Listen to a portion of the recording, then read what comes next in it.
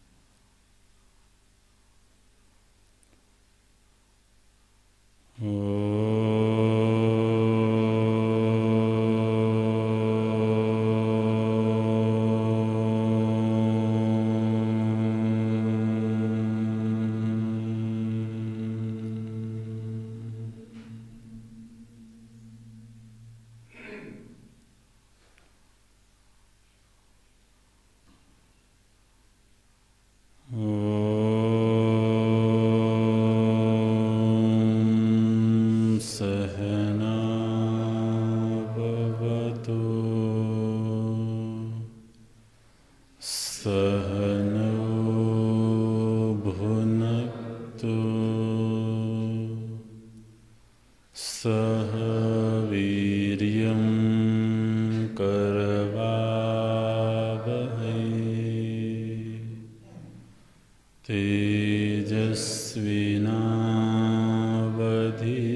तेजस्विनावधीतमस्तु मा विद्विषावहै।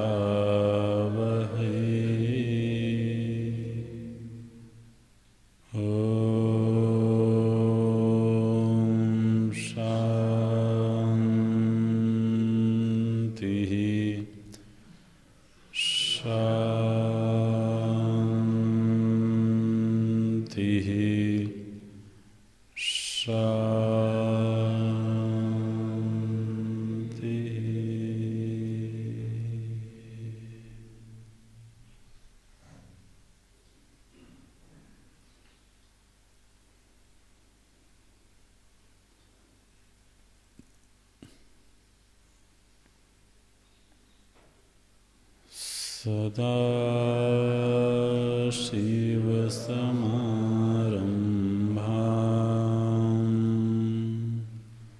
शङ्कराचार्यमध्यमाम्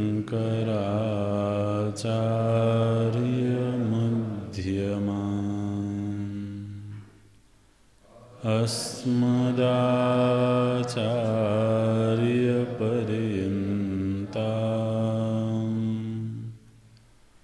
वन्दे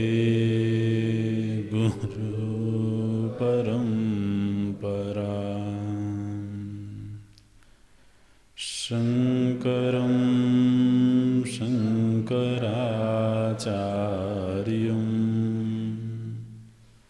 केशवं बादरायणं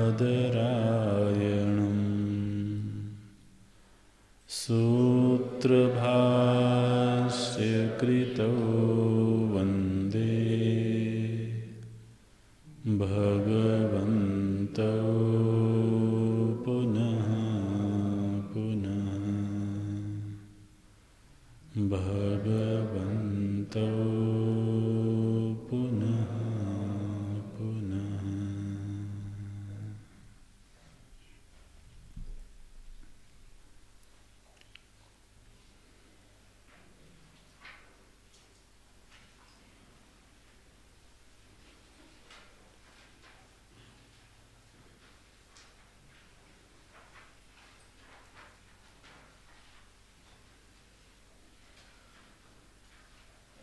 तां योगमिति मन्यन्ते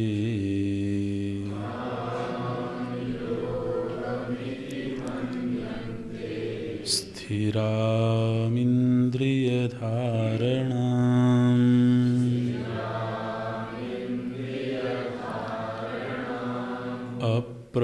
अप्रमत्तस्तदा भवति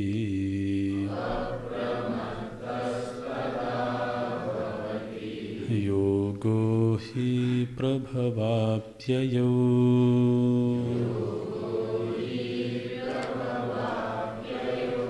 नैव वाचा न मनसा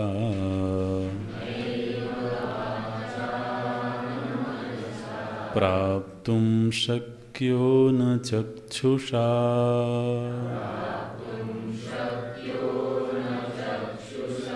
अस्तीति ब्रुवतोऽन्यत्र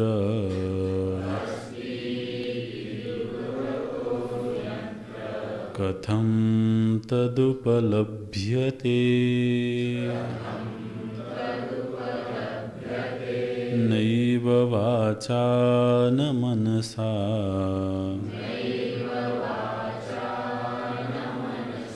प्राप्तुं शक्यो न चक्षुषा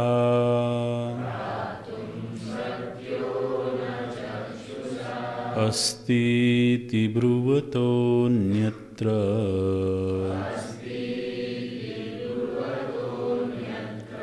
कथं तदुपलभ्यते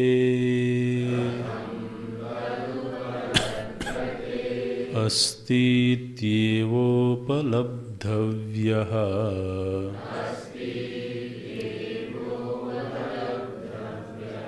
तत्त्वभावेन चोभयोः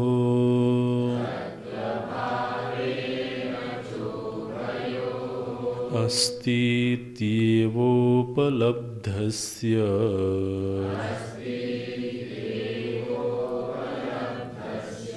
तत्त्वभावः प्रसीदति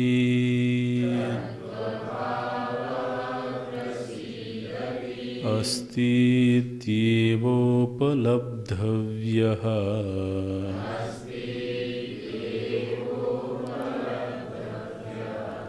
तत्त्वभावेन चोभयोः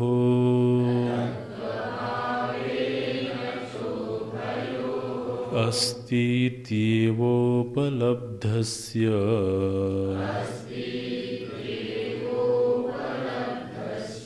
तत्त्वभावः प्रसीदति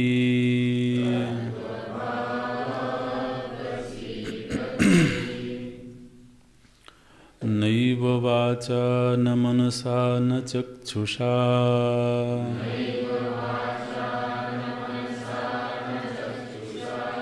नान्यैः अपीन्द्रियैः प्राप्तुं शक्यते इत्यर्थः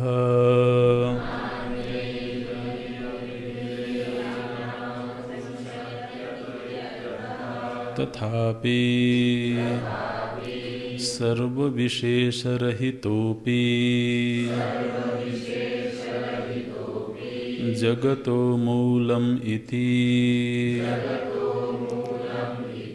अवगतत्वात् अस्ति एव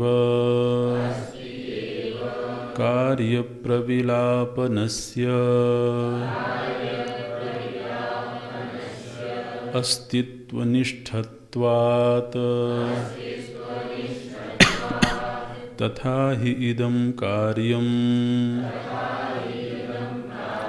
सूक्ष्मतारतम्यपारम्पर्येण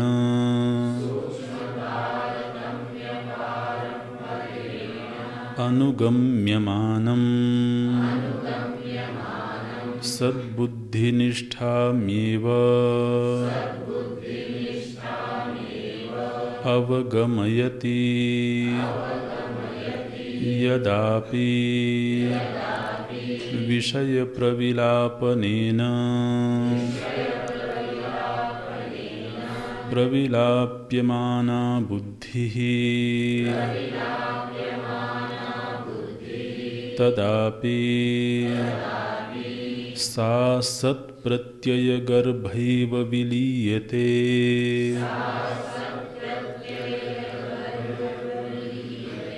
सत्प्रत्ययगर्भैव विलीयते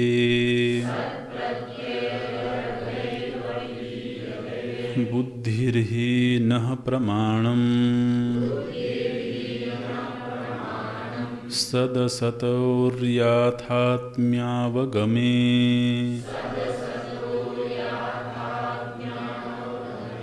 मूलं चेज्जगतः न स्यात्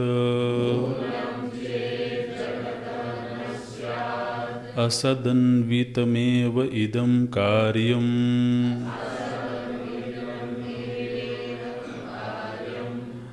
असद् इति एव गृह्येत न तु एतद् अस्ति सत् सत् इति एव तु गृह्यते यथा मृदादिकार्यं घटादिमृदाद्यन्वितम्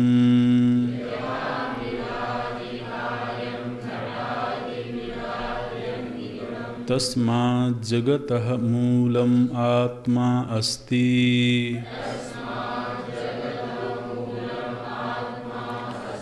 इति एवोपलब्धव्यः कस्मात्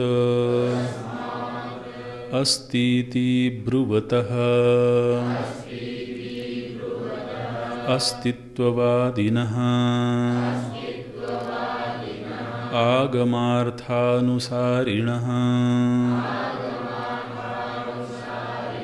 श्रद्दधानात् अन्यत्र नास्तित्ववादिनी नास्ति जगतो मूलम् आत्मा निरन्वयम् एव इदं कार्यम् अभावान्तं प्रविलीयते इति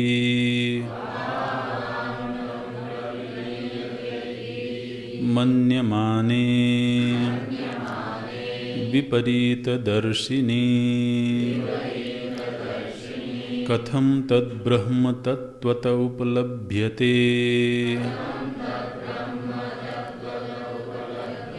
न कथञ्चनोपलभ्यत इत्यर्थः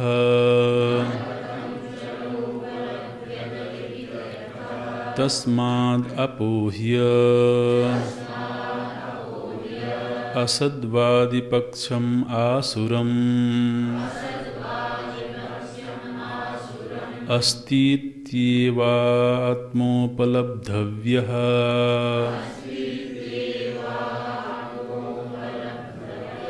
सत्कार्यो बुद्ध्यादि उपाधिः यदा तु तद्रहितः अविक्रिय आत्मा कार्यं च कारणव्यतिरेकेण नास्ति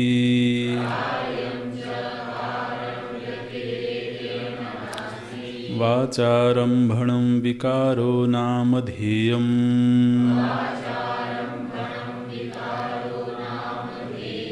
मृत्तिकेत्येव सत्यमिति श्रुतेः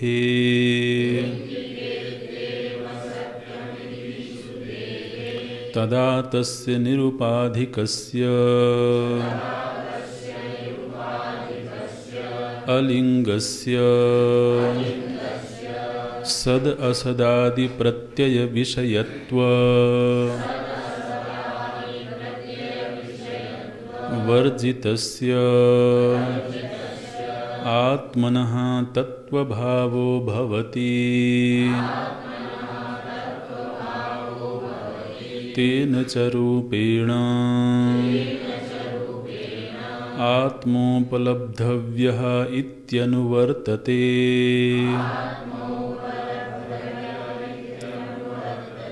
तत्राप्युभयोः सोपाधिकनिरुपाधिकयोः अस्तित्व अस्तित्वतत्वभावयोः निर्धारणार्था षष्ठी पूर्वम् अस्तीत्येवोपलब्धस्य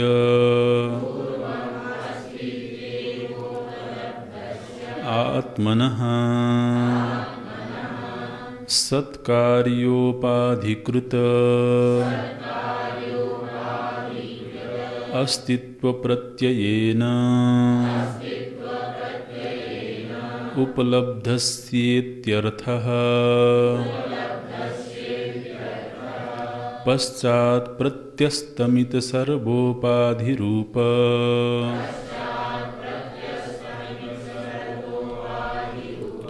आत्मनः तत्वभावः विदिताविदिताभ्याम् अन्यः अद्वयस्वभावः नेति नेति इति अस्थूलमनण्वह्रिस्वम् अदृश्येनात्म्ये निरुक्ते निलयने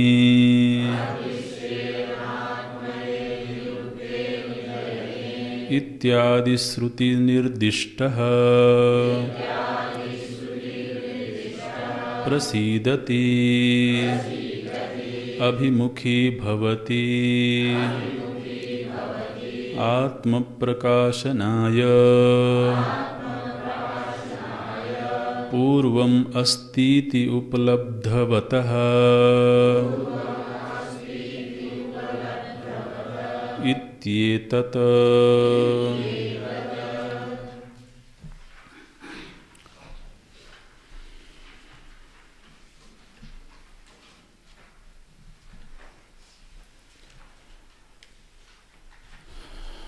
नवे मंत्र में श्रुति माता ने कहा कि आत्म वस्तु की उपलब्धि प्रशिक्षित बुद्धि के द्वारा होती है। हृदा मनीषा मनसाभिकृप्ता, तो जो मननशील प्रशिक्षित बुद्धि है, ऐसी बुद्धि के द्वारा आत्म दर्शन संभव है। अन्य किसी भी साधन से आत्मदर्शन संभव नहीं है। फिर जब योग की चर्चा आरंभ हुई तो वहाँ श्रुति ने कहा कि जहाँ समस्त इंद्रियां प्रत्यस्तमित हो जाती हैं, निरुद्ध हो जाती हैं और बुद्धि की चेष्टा भी नहीं रहती है, वही परम गति है। तो ऐसा लगता है कि जैसे ये दोनों ही विरोधाभासी वक्तव्य हैं। एक तरफ बुद्धि के द्वारा आत्मदर्शन संभव है, ये श्रुति कहती हैं, और अगले ही मंत्र में बुद्धिश्च न विचेष्टते, और दूसरे वाक्य में बोलती हैं कि बुद्धि की चेष्टा भी जहाँ नहीं होती है वो परम गति है। तो इसमें विरोधाभास दिखाई देता है। भगवान भाष्यकार इसी को प्रश्न बना करके उपस्थित करते हैं। बुद्ध्यादि चेष्टा विषयम चेत, ये 11वें मंत्र के भाष्य के बाद की पंक्तियां हैं। अगले मंत्र के विषय की प्रस्तावना के रूप में भगवान भाष्यकार बोलते हैं, बुद्ध्यादि चेष्टा विषयम चेत। यदि तो वो आत्मवस्तु बुद्धि की चेष्टा का विषय बनती है, ये 9वें मंत्र से इसको जोड़ के देखेंगे। हृदय मनीषा मनसा अभिक्लुप्ता अभिप्रकाशितः, ऐसे भगवान भाष्यकार के द्वारा व्याख्या की गई थी। जो मननशील बुद्धि है, जो मनीष बुद्धि है, उसके द्वारा अभिक्लुप्ता अभिप्रकाशितः। तो यदि यह ब्रह्म बुद्धि की चेष्टा का विषय बनता है, बोले ठीक है, बनता है। यदि तो ऐसा होता है तो फिर ब्रह्म को इदम रूप में ज्ञात होना चाहिए, क्योंकि जो बुद्धि का विषय बन जाए वो इदम रूप से ही जाना जाएगा। इदम अस्ति, इदम अस्ति, इदम अस्ति, इदम पुस्तकम अस्ति, इदम गृहम अस्ति, तो वो इदम रूप से फिर ब्रह्म का ज्ञान होना चाहिए। बोलते हैं बुद्ध्यादि चेष्टा विषयम चेत। चेत शब्द जहाँ आता है वो एक तरह से प्रश्न खड़ा करता है। यदि तो, यदि बुद्धि की चेष्टा का विषय ब्रह्म बने, चेत ब्रह्म, तो इदम तद इति विशेषतः गृह्येत। तो इदम रूप में या तद रूप में, इदम माने या तो प्रत्यक्ष होवे तो इदम बोलेंगे, या परोक्ष होवे तो तद बोलेंगे। या तो यह रहा ब्रह्म, इस रूप में उसकी विशेषता का निर्धारण होगा, या तो वह ब्रह्म, इस रूप में विशेषता निर्धारित की जाएगी। तो इदम तद इति विशेषतः गृह्येत, तो फिर ब्रह्म को इदम रूप से ज्ञात होना चाहिए। अच्छा, तो क्या ब्रह्म इदम रूप से ज्ञात होगा? तो ये तो फिर वेदांत निर्णय के विरुद्ध हो जाएगा, क्योंकि ब्रह्म तो अहम रूप है। इदम रूप होते ही फिर वो जड़ हो जाएगा, अन्य हो जाएगा, बहुत सारे दोष आ जाएंगे उसमें। अच्छा, दूसरा विकल्प जो आपने दिया, बुद्धिश्च न विचेष्टते, तो जिस समय बुद्धि की चेष्टा भी नहीं रहती है उस समय आत्मानुभूति होती है, उस समय ब्रह्म की अनुभूति होती है। तो यदि 10वें मंत्र के आधार पर निर्णय दिया जाए तो देखिए दूसरे विकल्प की चर्चा करते हैं। बुद्ध्यादि उपरमे च, बुद्धि आदि का उपराम हो जाने पर ग्रहण कारण अभावात अनुपलभ्यमानम न अस्ति एव ब्रह्म। तो यदि बुद्धि आदि का उपराम हो जाए तो ऐसा होने में क्या दिक्कत है? बोले फिर किसी भी वस्तु का ज्ञान प्राप्त करवाने के जो साधन हैं वो सारे साधन तो विलीन हो गए। तो ज्ञान करवाने के साधनों का अभाव हो गया, तो फिर किसी भी विषय का कैसे ज्ञान होगा? बुद्धि आदि उपरमे च, बुद्धि आदि का उपराम हो जाने पर, ये भगवान भाष्यकार का अपना सिद्धांत नहीं है, 10वें मंत्र में ये बात कही गई है। जहाँ पर इंद्रियों का लय हो गया, यदा पंचावतिष्ठन्ते ज्ञानानि मनसा सह बुद्धिश्च न विचेष्टते तामाहु परमाम गतिम। तो जहाँ पर इंद्रियों का उपराम हो गया, मन की भी चेष्टा नहीं रही, बुद्धि की चेष्टा नहीं रही, तो ग्रहण कारण अभावात, किसी भी विषय का ज्ञान करवाने के जो कारण हैं, माने जो साधन हैं, उन साधनों का अभाव हो गया। अब साधनों का अभाव हो जाने पर किसी भी विषय का होना कैसे सिद्ध होगा? तो फिर क्या स्थिति होगी? बोले अनुपलभ्यमानम, तो फिर किसी चीज की उपलब्धि ही नहीं होती है। यथा सुसुप्तौ, जैसे सुसुप्ति में सभी इंद्रियों का लय हो गया, मन का, बुद्धि का, सबका उपराम हो गया, तो किसी चीज़ की उपलब्धि नहीं होती है। तो अनुपलभ्यमानम, तो यदि अनुपलब्धि हो गई तो फिर ब्रह्म के विषय में भी क्या कहना पड़ेगा? न अस्ति एव ब्रह्म, तो फिर ब्रह्म नहीं है। ये प्रश्न पकड़ में आ रहा है।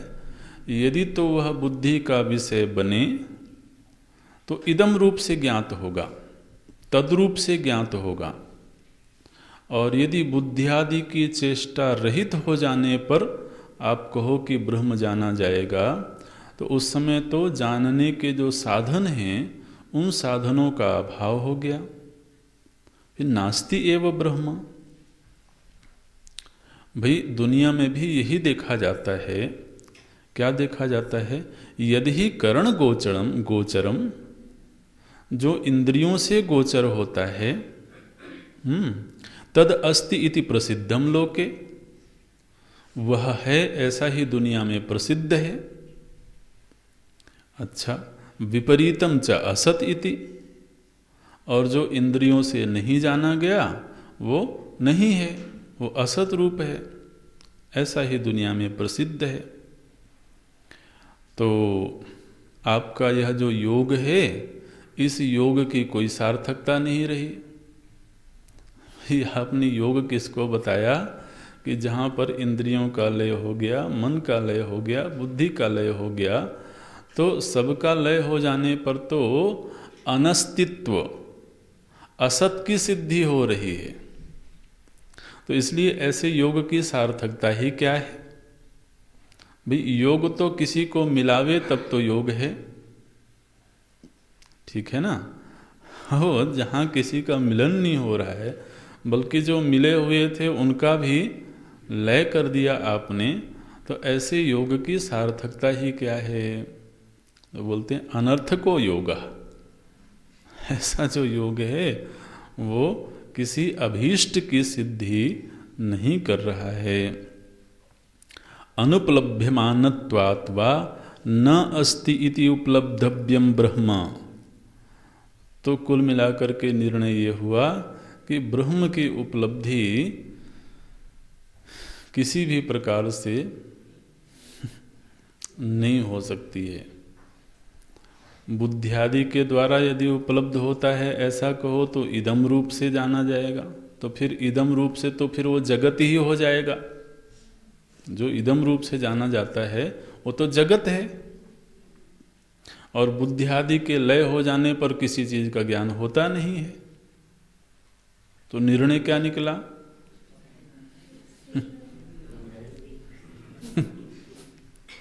फिर जगत ही है, ब्रह्म नाम की कोई चीज नहीं है। अनुपलभ्यमानत्वाद् वा न अस्ति इति उपलब्धव्यम ब्रह्म इति एवं प्राप्तः। तो ऐसा निर्णय प्राप्त हुआ, ऐसी निष्पत्ति प्राप्त हुई कि ब्रह्म की उपलब्धि नहीं हो सकती है। अनुपलब्धव्यम ब्रह्म इति, ब्रह्म की उपलब्धि नहीं हो सकती है। ऐसा आपके इन 2-3 मंत्रों के प्रवचनों से निष्पत्ति प्राप्त हुई। अब यहाँ पर ये जो चर्चा है, ये जो शून्यवादी दर्शन है, बौद्ध दर्शन है, ये उनके ऊपर एक तरह से प्रश्न है, आक्षेप है। क्योंकि जो शून्यवादी दर्शन है उन्होंने यही कहा कि अगर बुद्धियादि के द्वारा किसी चीज़ की उपलब्धि है वो तो क्षण प्रध्वंसी है, दृष्ट नष्ट स्वभाव से युक्त है, और बुद्धियादि का लय हो जाने पर शून्य की स्थिति हो जाती है, माने सर्व का अभाव हो जाता है। तो जब सर्व का अभाव हो गया तो फिर ब्रह्म है या आत्मा है ऐसा कैसे कह सकते हैं? तो इस निष्पत्ति पर दर्शन जगत के कुछ लोग पहुँचे। भगवान भाष्यकार कहते हैं सत्यम, आप जो विचार दे रहे हो वो तो ठीक है, लेकिन ये आपका जो विचार है ये हमारा बड़ा निराशावादी विचार है। इसलिए बोलते हैं कि इस विचार में कहीं कोई आशा नहीं दिखाई देती है। बिल्कुल आत्महत्या की ओर ले जाने वाला विचार है, सर्वनाश की ओर ले जाने वाला विचार है। शून्यवाद माने क्या? सर्वनाश कर दिया कुछ बचा ही नहीं, सर्व का अभाव हो गया, उसी को शून्यवाद बोलते हैं। तो बोलते हैं आपका यह जो विचार है, ये जो ख्याल है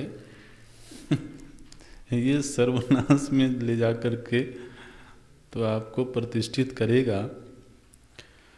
बोलते हैं सत्यम, ये बात ठीक है। श्रुति कहती हैं ये बात सही है कि वह जो ब्रह्म तत्व है वह किसी इंद्रिय से नहीं जाना जाता, ये बिल्कुल ठीक है। नैव वाचा न मनसा प्राप्तुम शक्य न चक्षुषा। उस ब्रह्म तत्व को ना तो शब्द प्रमाण से जाना जा सकता है, नैव वाचा, वाचा वाचा माने वाणी, वाणी से तो शब्द प्रकाशित होता है ना, तो इसलिए ना तो वो शब्द प्रमाण का विषय बन रहा है, न मनसा, मनसा माने ना तो अनुमान प्रमाण का विषय बनता है, और न चक्षुषा, और ना ही प्रत्यक्षादि प्रमाण का विषय बनता है।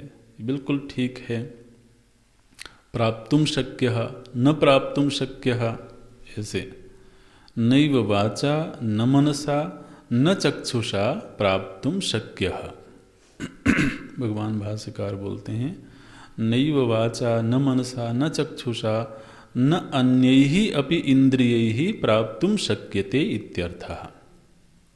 तो यह जो ब्रह्म है यह किसी भी इंद्रिय से प्राप्त नहीं हो सकता है, ये बिल्कुल सही है। अब हमारी और सारी दुनिया के ही लोगों का अभ्यास यही है कि किसी वस्तु का होना तभी सिद्ध होवे जब वो किसी न किसी इंद्रिय का विषय बने। चाहे वह बाह्य इंद्रिय का विषय बने, चाहे अंतर इंद्रिय का विषय बने। अब जैसे भावनाएं हैं, प्रेम है, करुणा है, दया है, वात्सल्य है, तो अब ये इंद्रिय गोचर तो नहीं है, लेकिन अंतर इंद्रिय गोचर हैं, अंतःकरण के विषय बनते हैं। तो या तो कोई बाह्य इंद्रियों का विषय बने या अंतर इंद्रिय का विषय बने, तभी उसका होना सिद्ध होता है। सर्व जगत में यही प्रसिद्धि है। अब कोई आप ऐसे वस्तु की चर्चा कर रहे हैं जो ना तो बाह्य इंद्रिय का विषय बन रहा है, फिर आपने कह दिया कि न मनसा यानी अंतर इंद्रिय का भी विषय नहीं बनता, तो फिर उसके होने में प्रमाण क्या है? श्रुति कहती हैं कि देखो साधक, चाहे भले वो इंद्रिय आदि का विषय नहीं बनता, लेकिन पहला कार्य ये करना है कि श्रुति प्रमाण, आगम प्रमाण और आचार्य परंपरा के प्रमाण से ऐसी वस्तु है ये स्वीकार कर लो। उसका रूप कैसा है, कहाँ है, ये तो आगे फिर विचार का विषय बनेगा, लेकिन अस्ति इति है कुछ, इस रूप में पहले स्वीकार कर लो।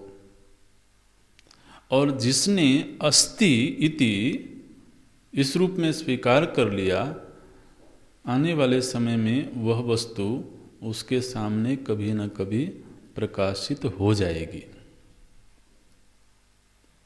लेकिन यदि पहले ही तुम रिजर्व हो गए कि नहीं जी ऐसी कोई चीज नहीं है, तो फिर आगे वो कभी प्रकाशित नहीं होने वाली है।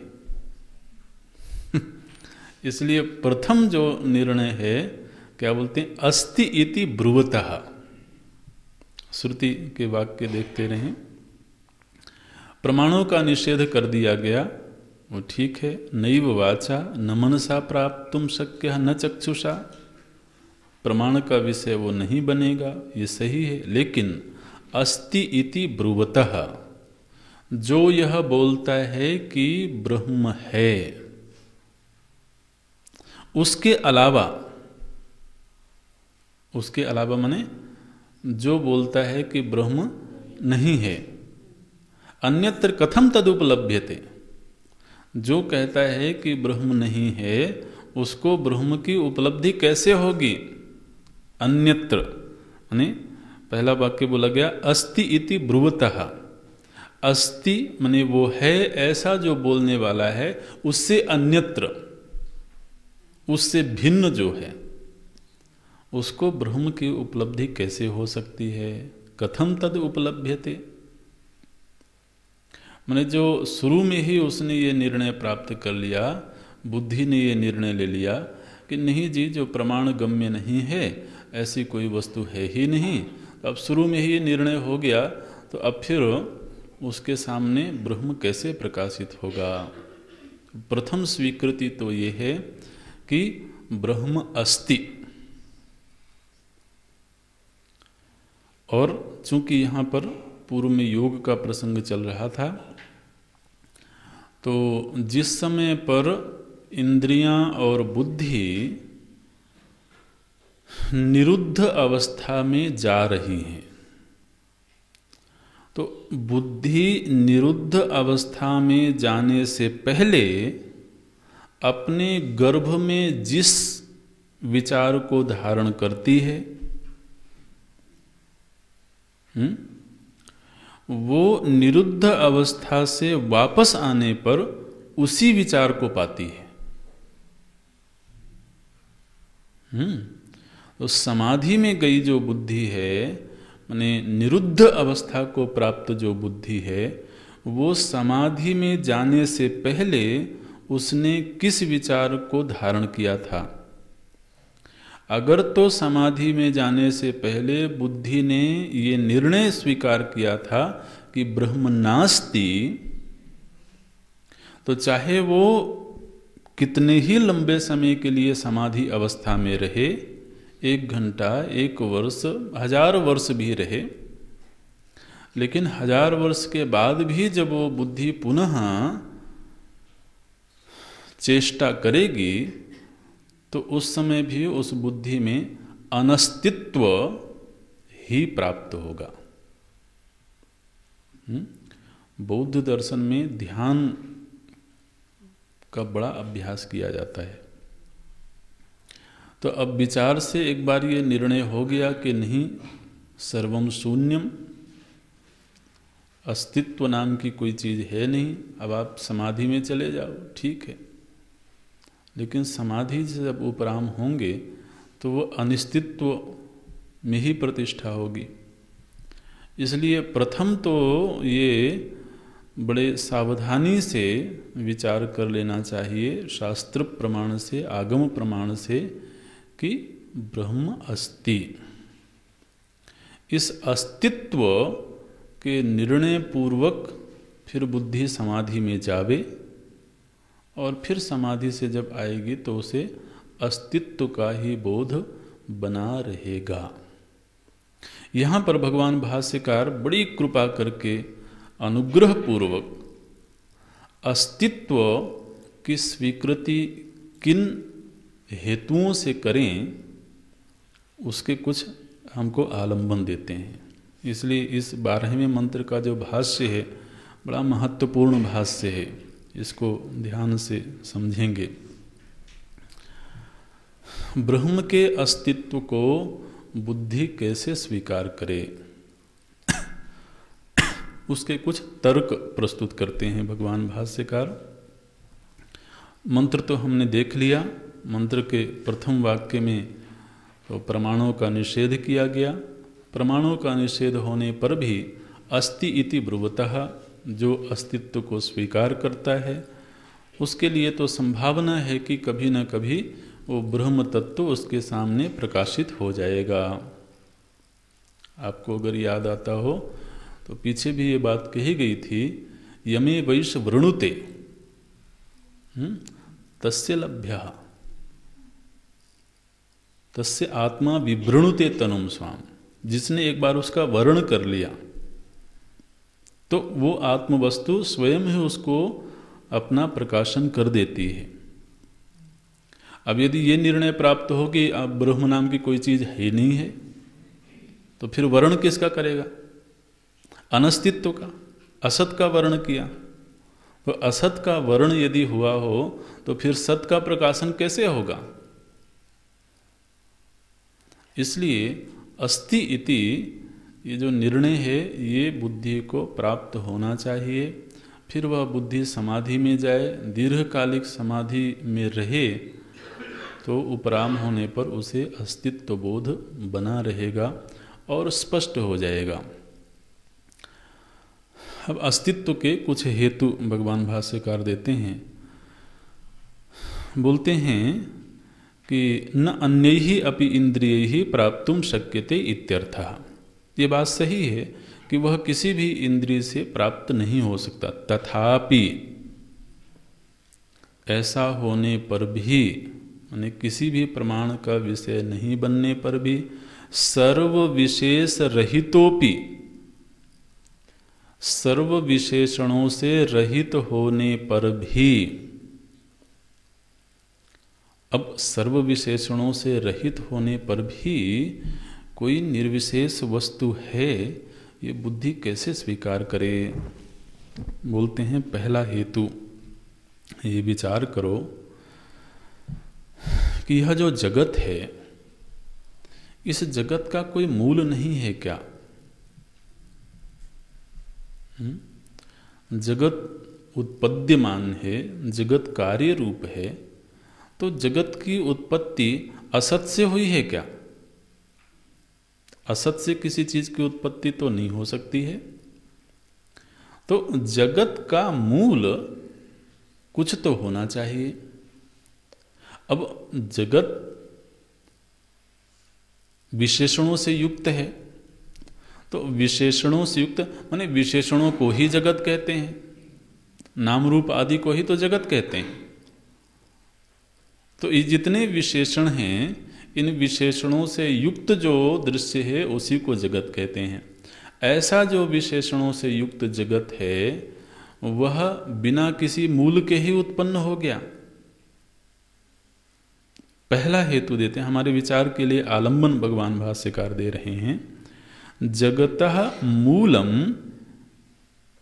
इति अवगतत्वाद अस्ति एव, ये पहला हेतु दिया गया। ब्रह्म के अस्तित्व में पहला जो हेतु भगवान भाष्यकार के द्वारा दिया गया कि जगत का कोई मूल तो अवश्य होना चाहिए। इन वाक्यों का आगे थोड़ा विवरण भी करेंगे भाष्यकार। लेकिन हे साधक, हे मननशील मुनि, जरा मनन करो, चिंतन करो। जगत है तो मूल रहित तो नहीं हो सकता है जगत, और वह जो मूल होगा वो यदि विशेषणों से युक्त हुआ तो विशेषण तो फिर जगत के ही अंतर्गत हो गए। तो जो भी विशेषणों से युक्त है उसका मूल तो निर्विशेष होना ही चाहिए। इसलिए प्रथम तो ये निर्णय प्राप्त होता है जगतः मूलम इति अवगतत्वात्, ऐसा निश्चय होने पर, ऐसा ज्ञान होने पर कि जगत का कोई मूल तो होगा, इससे अस्तित्व की धारणा बनती है। अस्ति एव, ये पहला हेतु दिया गया। फिर दूसरा हेतु देते हैं, कार्य प्रविलापनस्य अस्तित्व निष्ठत्वात्। दूसरा जो विचार का माध्यम है वो ये है कि कार्य को कारण में प्रविलाप करो। जो लय प्रक्रिया का अभ्यास है, पहले चर्चा हुई है, लय प्रक्रिया का जब हम अभ्यास करते हैं तो कार्य का कारण में लय करते जाओ। तो अब अभ्यास कैसे करते हैं कि जैसे जितनी भी आकृतियां हैं इन सभी आकृतियों को पृथ्वी में लय कर दिया, ये जितनी भी आकृतियां हैं ना, ये सब पृथ्वी के ही अलग अलग रूप हैं। इन सभी आकारों को पृथ्वी से एक रूप कर दिया। फिर पृथ्वी का लय जल में हुआ, जल का लय अग्नि में, अग्नि का वायु में, वायु का आकाश में, आकाश का त्रिगुण में,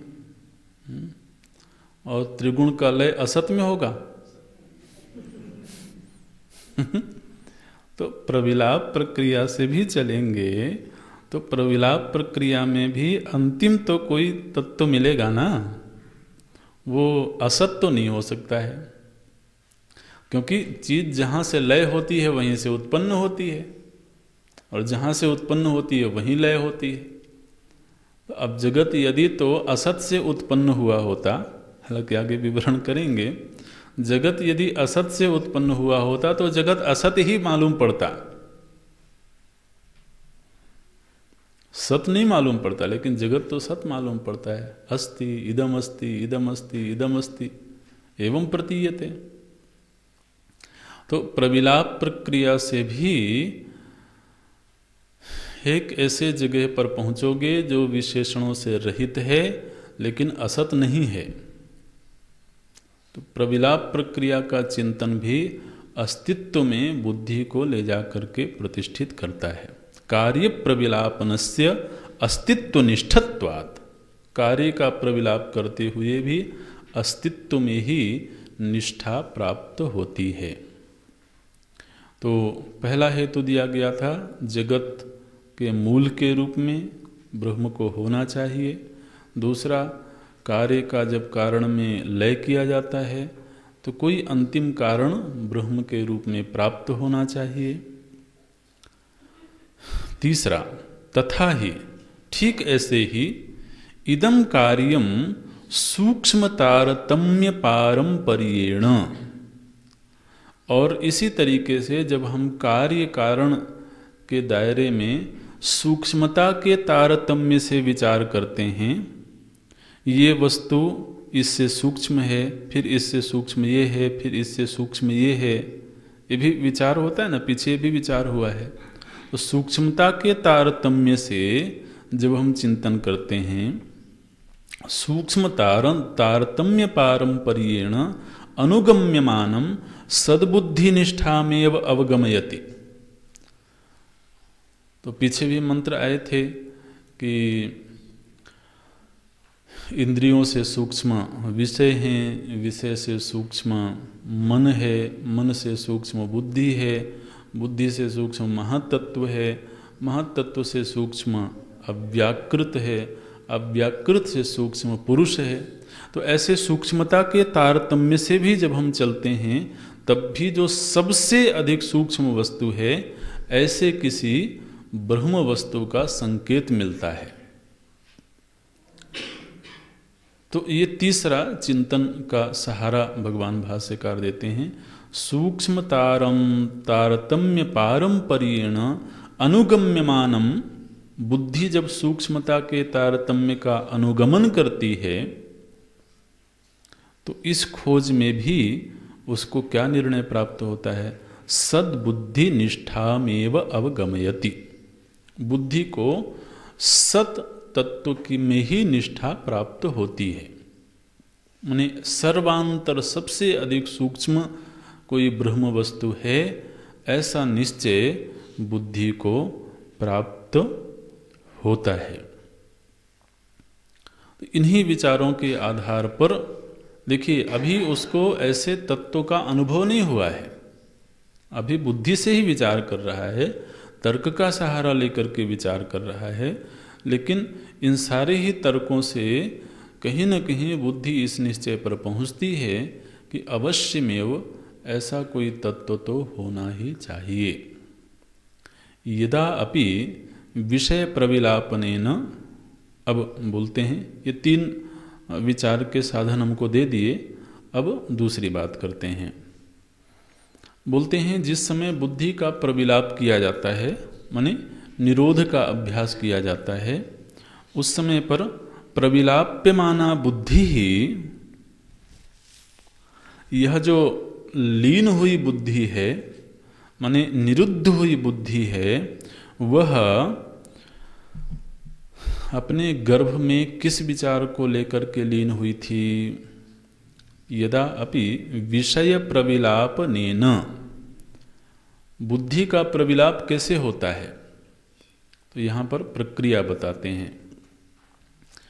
जब बुद्धि का निरोध कोई करता है, निरुद्ध भूमिका को प्राप्त करने का अभ्यास करता है, तो ऐसा थोड़ी है कि बुद्धि कोई वस्तु है जिसको लेकर के और किसी कोष में डाल दिया, घड़े में डाल दिया, उसको ऊपर से बंद कर दिया, अब बुद्धि दिखाई नहीं दे रही है, तो क्या हुआ? बोले बुद्धि का लय हो गया। बुद्धि का लय कैसे होता है? बोले बुद्धि का लय होता है जब विषयों का प्रविलाप किया जाता है। विषय प्रविलापनेन, विषय का प्रविलाप कर देना माने धीरे धीरे करके विषयों का त्याग करते जाना। जैसे नेत्र बंद कर लिए तो रूप का त्याग हो गया, कर्ण इंद्रिय का व्यवहार बंद हो गया तो शब्द का त्याग हो गया, स्पर्श इंद्रिय का व्यवहार बंद हुआ तो स्पर्श रूप विषय का त्याग हो गया।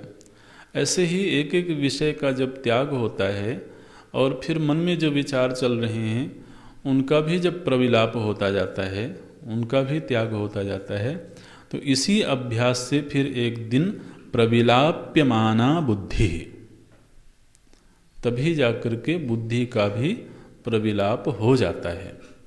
तो विषय प्रविलापनेन प्रविलाप्यमाना बुद्धि, बुद्धि का विषय का जब तक प्रविलाप नहीं होगा तब तक बुद्धि का लय नहीं होगा। असल में तो आप अगर विचार करें तो विषय निरपेक्ष बुद्धि का बोध ही नहीं होता है।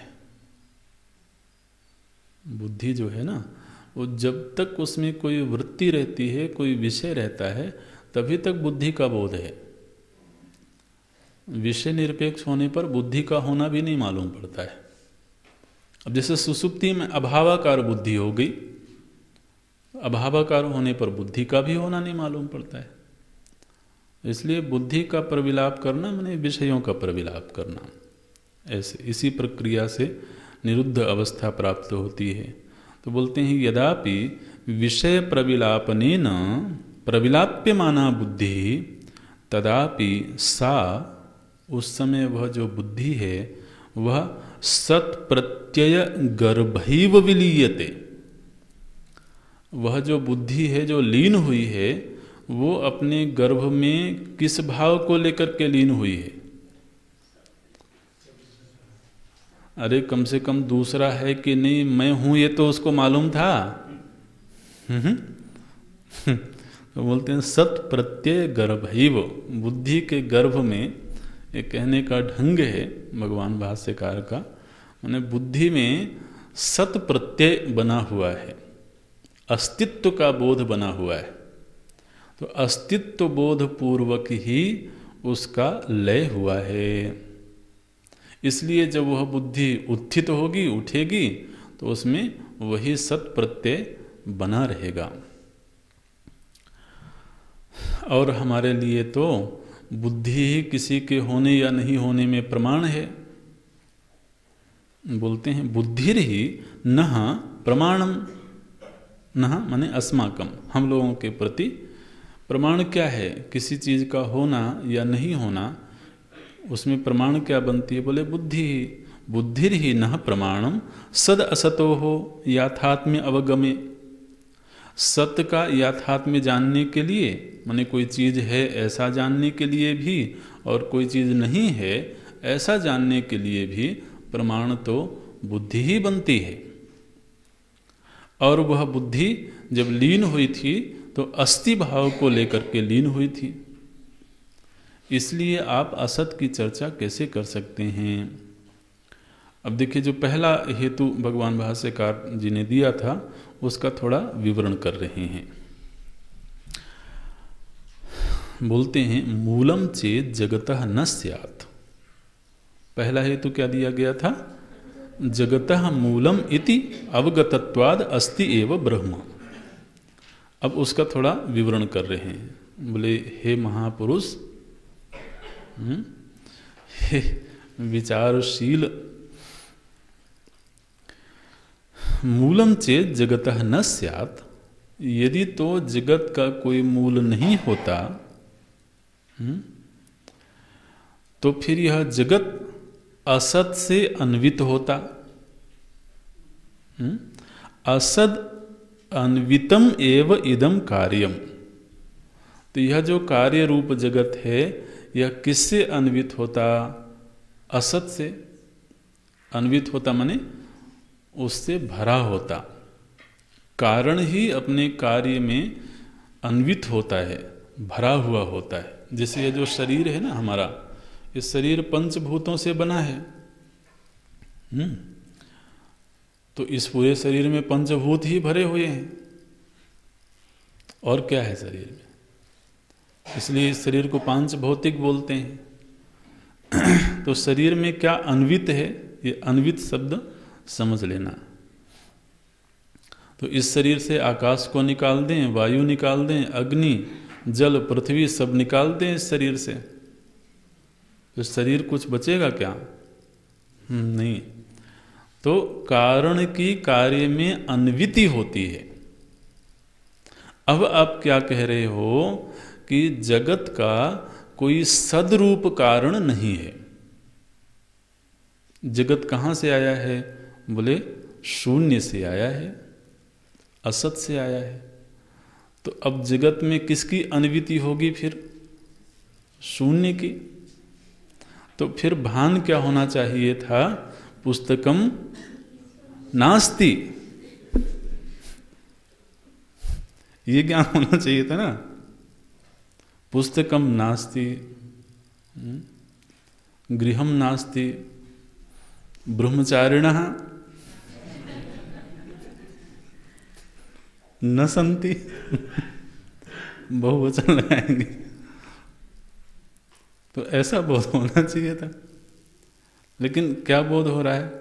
अस्ति, इदम अस्ति, इदम अस्ति, इदम अस्ति। हर जगह सत्ता का बोध हो रहा है ना। तो जिसकी अन्विति है उसी से वो कार्य उत्पन्न हुआ है, ऐसा ही मानना पड़ेगा। बोलते हैं ये व्यतिरेकी विचार कर रहे हैं। अन्वय विचार तो ये हुआ कि जगतः मूलम अस्ति, जगत का मूल है। और आप इससे विपरीत यदि बात कह रहे हो कि जगत का कोई मूल नहीं है, असत से उत्पन्न हुआ है, तो देखिए उसमें क्या दिक्कत होगी। मूलम चेत जगतः न स्यात्, असदन्वितमेव इदम कार्यम असद इति एव गृह्येत। तो फिर जगत का ग्रहण किस रूप में होना चाहिए था? असत रूप में। मनुष्य नास्ति, वृक्षा नास्ति, इस रूप में ग्रहण होना चाहिए था। लेकिन न तो एतद अस्ति, लेकिन इस रूप में ग्रहण नहीं हो रहा है। क्या ग्रहण हो रहा है? सत सत इति एव तो गृह्यते।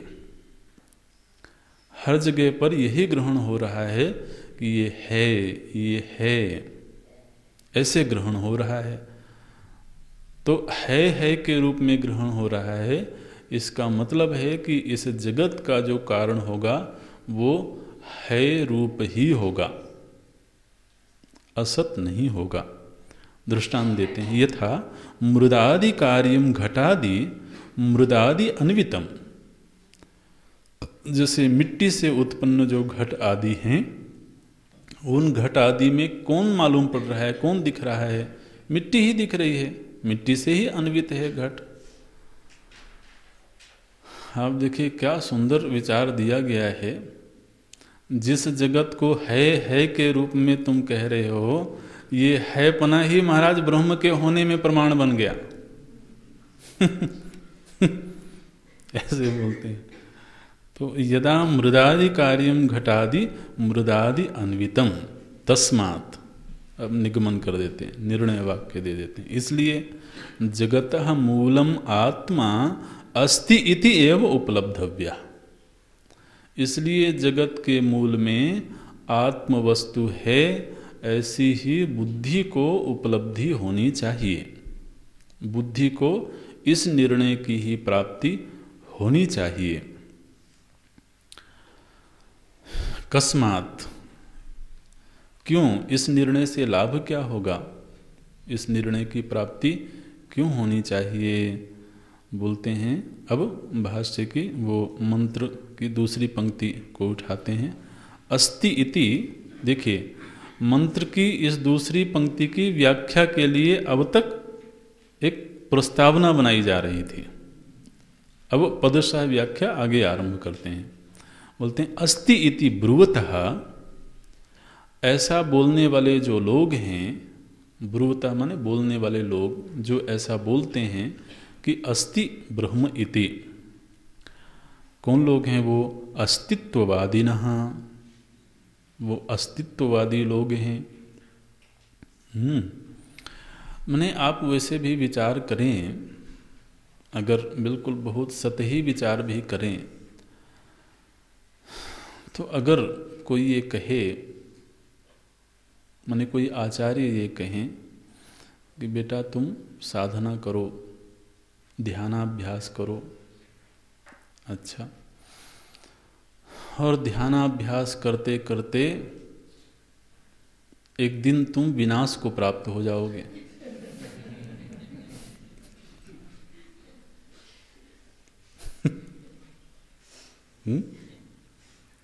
एक दिन असत भाव को प्राप्त हो जाओगे। महाराज वो दूर से ही दंडवत प्रणाम करके चला जाएगा। अरे असत में कौन जाना चाहता है, ऐसे ध्यान से तो वारा न्यारा कर लेगा, मुझे ऐसा ध्यान नहीं करना जो शून्य में ले जाए, असत में ले जाए। भाई जीव का सारा प्रयत्न ही अपने अस्तित्व को सुरक्षित रखने में है, अपने आनंदमयी अस्तित्व को सुरक्षित रखने के लिए ही सारे प्रयत्न हैं। तो सारी दुनिया की दौड़ तो अपने अस्तित्व को बनाए रखने में, सुख पाने में हो रही थी, और अब जब साधना आरंभ हुई तो किस चीज के लिए आरंभ हुई, बोले विनाश के लिए। तो ये विचार तो बिल्कुल भी माने सुखद विचार नहीं मालूम पड़, आकर्षक विचार नहीं मालूम पड़ता है, इसमें कोई आकर्षण नहीं दिखाई देता है। हम सतही धरातल पर भी विचार करें तो ऐसा ही लगता है। इसलिए अस्तित्ववादी ना जी, अस्तित्ववादी कैसे हुए, बोलते हैं आगमार्थानुसारिणः, जिन्होंने आगम का आश्रय लिया हुआ है, जिनके विचार में, जिनके जीवन में वेद का अनुग्रह प्राप्त है, वही अस्तित्ववादी है। आगमार्थानुसारिणः श्रद्धानात्, और उनको आगम का अनुग्रह भी प्राप्त है और वो श्रद्धा वृत्ति से संपन्न है। ऐसे जो अस्तित्ववादी लोग हैं, उनसे भिन्न जो लोग हैं, अन्यत्र, अन्यत्र शब्द का अर्थ करते हैं न अस्तित्ववादिनी, ये बुद्धि की चर्चा कर रहे हैं। तो न अस्तित्ववादिनी बुद्धि माने जिस बुद्धि को तो आगम का अनुग्रह प्राप्त था वो अस्तित्ववादिनी बुद्धि थी, और जिसको श्रद्धा भी नहीं है, आगम का अनुग्रह भी प्राप्त नहीं है, ऐसी जो अनस्तित्ववादिनी बुद्धि है, उसमें क्या निर्णय प्राप्त होता है, नास्ति जगतः मूलम आत्मा। उनकी बुद्धि को यह निर्णय प्राप्त होता है कि जगत के मूल के रूप में कोई आत्मा नाम की चीज नहीं है। निरन्वयम इति निरन्वयम एव इदम कार्यम, यह जो कार्य रूप जगत है यह आत्मा से अन्वित नहीं है। माने क्या हुआ महाराज, जगत निरात्मक हो गया, आत्मा रहित हो गया जगत, ऐसे भाव में आपन्न हो गई। इदम कार्यम निरन्वयम अभावांतम प्रविलीयते। तो चूंकि पहले ही बुद्धि को अनस्तित्व का निर्णय प्राप्त था, इसलिए वो अभाव में ही जाकर के लीन होती है, और फिर उठती है तब भी अभाव का ही निश्चय प्राप्त होता है। अभावांतम प्रविलीयते इति मन्यमाने।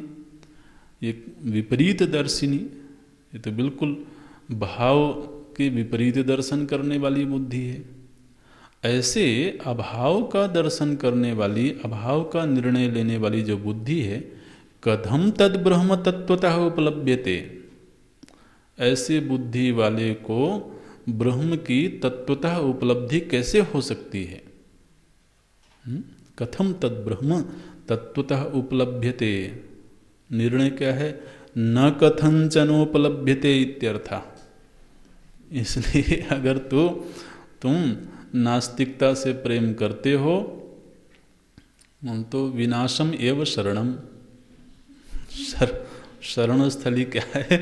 बोले अनस्तित्व ही शरण स्थली है। फिर तुम चाहे जितना भी ख्याल पालो, मैंने एक बार शुरू में ही स्वीकार कर लिया कि ऐसी कोई चीज़ है नहीं, तो वो हो भी तो प्रकाशित नहीं होगी। तो आरंभ में तो कम से कम श्रद्धा और आगम के अनुग्रह के बल से अस्ति इति उपलभ्यमानः, इस रूप में स्वीकार कर लेने से फिर वो ब्रह्म जैसे जैसे ध्यानाभ्यास से योग्यता बढ़ेगी, यहाँ पर ध्यानाभ्यास और विचार इन दोनों को साथ साथ लेके चल रहे हैं, ठीक है ना। जैसे जैसे बुद्धि का लय होता जाएगा और साथ ही विचार से अस्तित्व का निर्णय प्राप्त होगा, तो वो ध्यानाभ्यास की योग्यता जैसे बढ़ेगी, सूक्ष्म चिंतन की योग्यता जैसे जैसे बढ़ती जाएगी। पहले भी श्रुति ने कहा था सूक्ष्मदर्शिनः, सूक्ष्मदर्शी ही दृश्यते तो अग्रया बुद्ध्या। तो बुद्धि में योग्यता भी बढ़ती जाए और अस्तित्व का निश्चय भी होता जाए। तो वो जो अस्तित्व का निश्चय है, वो बुद्धि जिस दिन पूर्ण सत्वगुण से संपन्न हो जाएगी, उस दिन वो अस्तित्व रूप जो ब्रह्म है वो बुद्धि के सामने प्रकाशित हो जाएगा, ये कह रहे हैं। और चाहे आप कितना ही अभ्यास करते रहो, ध्यानाभ्यास करते रहो, लेकिन निर्णय ये प्राप्त है कि ब्रह्म नाम की कोई चीज़ है ही नहीं। अभ्यास कितना भी कर लो, फिर उसका प्रकाशन तो कभी भी संभव नहीं होगा। इसलिए अगले मंत्र में बोलते हैं अस्ति इति एव उपलब्धव्यः, जिसने अस्ति के रूप में निश्चय को प्राप्त किया है, और तत्वभावेन च, माने एक तो अस्ति, और जो अस्ति है माने जो है वो तत्व रूप है। भाई बात तो ये है कि शून्य, जब हम ये कहते हैं शून्यम, वहां पर भी अस्ति लगाते हैं ना, क्या कहते हैं? शून्यम अस्ति, असत अस्ति। तो अस्ति तो शून्य के साथ भी लगाया जाता है। तो अस्ति भाव और तत्व रूप अस्ति, माने किमपि अस्ति, क्या बोल रहे हैं? अस्ति इति उपलब्धव्यः, वो है ऐसा निश्चय हो, और जो है वो तत्व रूप है, शून्य रूप नहीं है। तत्व भावेन च उभयोः, ये दोनों ही निर्णय जिनको प्राप्त हैं, अस्तित्व उपलब्धस्य, जिसकी बुद्धि ने ये निर्णय प्राप्त किया है कि वो वस्तु है, तो तत्व भाव प्रसीदति। तो महाराज एक दिन वो जो तत्व है वो प्रसन्न हो जाएगा, प्रसन्न हो करके आपकी बुद्धि के सामने प्रकट हो जाएगा, प्रकाशित हो जाएगा, ऐसे बोलते हैं। अस्तित्वोपलब्धस्य तत्वभावः प्रसीदति, माने बुद्धि में ये योग्यता जिस दिन आ जाएगी, उस दिन वो तत्व उसके सामने निरावृत हो जाएगा, आवरण रहित हो जाएगा, ये कह रहे हैं। इसलिए प्रथम तो यही है कि कभी भी नास्तिकता की ओर बुद्धि को नहीं ले जाना चाहिए, उसमें आस्तिक भाव बना रहे, तो ये दिशा मंगलमयी दिशा है। भाष्य अगली कक्षा में देखते हैं। ओम। ॐ पूर्णमदः पूर्णमिदं पूर्णात् पूर्णमुदच्यते पूर्णस्य पूर्णमादाय पूर्णमेवावशिष्यते। ॐ शान्ति शान्ति शान्तिः। हरिः ॐ श्री गुरुभ्यो